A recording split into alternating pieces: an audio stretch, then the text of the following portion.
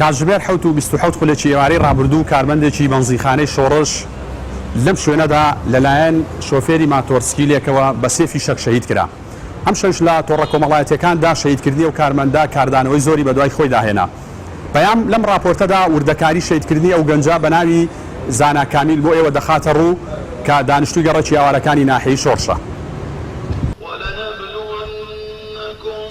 هەمووان بە چاوی پڕ لە فرمێسک و دڵێکی ڕازی بە قەدەری خۆی گەورە لە پرسەی زانا کامیلی تەمەن 16 ساڵاندا وەستاون کە ئێوارەی ڕۆژی 18 لە نێو بەنزیخانەیەکدا لە ناحیەی شۆڕش لەلایەن شۆفێری ماتۆرسکیلێکەوە شەهید کرا.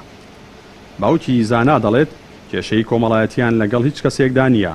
داواکاریشە لەلایەنە پەیوەندیدارەکان ئیجراعاتی تون بەرامبەر کەسی تاوانبار بکرێت بۆ ئەوەی حاڵەتی لەم شێوانە دووبارە نەبنەوە.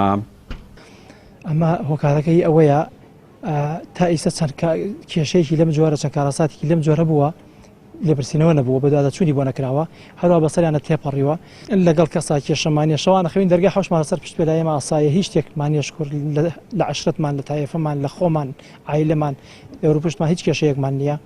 زۆر سالمین زۆر بێ کێشێن لە خۆوە زیاد بێ. داواکاریمەوەی ئەو کەسێکی کە تەوانەمە لە ماڵێکا شاردراوەتەوە ئەو کەسێک کە ئەوی شاردێتەوە هەمان حسابی ئەوی بۆ بکرێت و هەروە بەسەریان تێ نەپەڕێت ئەوی هەر تاوانبارە لای من فەرقێکی نییە. بۆیە ئێمە وەکو مامۆستایانی ئاینی ئیستینکاری ئەم جۆرە ڕووداوە ناکەین چونکە هەم دەقمان هەیە لە ئاياتی قورئان هەم لە فەرمایشتی پێغەمبەری خوا صلی الله علیه وسلم. خوای پەروەردگار لە قورئانە دەفەرمی ئەو کەسەی کە کەسێک بە ناحەق بکوژێ وەکو وایە هەموو سەرزەوی کوشت بێ. بۆیە بەڕاستی ڕێز و پلەپای ئینسان لای خوای پەروەردگار زۆر گەورەیە، خوێنی ئینسانەکان زۆر بەقیمەتە و هیوادارین دادوەرەکانیش دادگاکانیش ڕۆڵی خۆیان بجێڕن.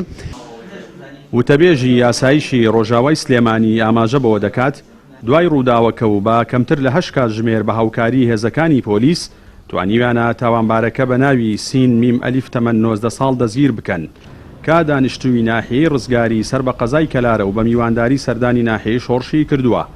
ناوبرا وتیشی لا ئێستادا و بەپێی مادەی 406 سزادانی عێراقی و بە بڕیاری دادوەر کەسی تاوانبار دەست بەسەر کراوە.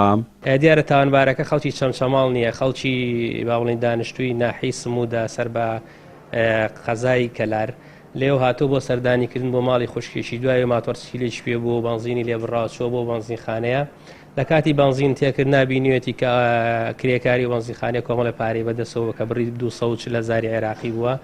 پارەکەی بینیوە بەدەستی و کوشتێتی بۆ پارەکە پاش دەستگیرکردنی بە هەوڵ و تێکۆشان و دۆزینەوەی چەند سەرەداوێک و بە هاوکاری برانی پۆلیسی چەمچەماڵ توانیمان شوێنەکەی دەستنیشان بکەین دەستگیری بکەین و لە ئیفادە و با بڵێن قسەکانی دانی بەوە ناوە کە تەنها بۆ پارەکە کوشتێتی.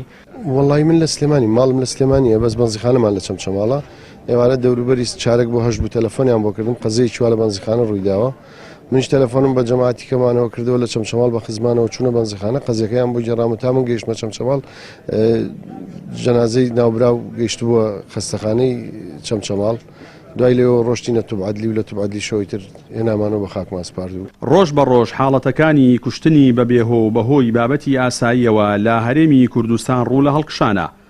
سپۆڕان و توێژەرانی دەرونیش هۆکارەکەی بۆ نەبوونی ئیجراعاتی پێویست لەلایەن هێزانامنیەکان لەلایەک و لاوازی ڕۆڵی دادگا و داواکاری گشتی لەلایەکی دیکەوە دەگەڕێننەوە. هاوکات هۆشداریش دەدەن لا بەرزبوونەوەی ڕووداوەکانی کوشتن لە ناوچە جیاوازەکانی هەرێمی کوردستاندا. جەلال جەباری کەناڵی ئاسمانی پەیام ناحیەی شۆڕشی سەر بە قەزای چەمچەماڵ.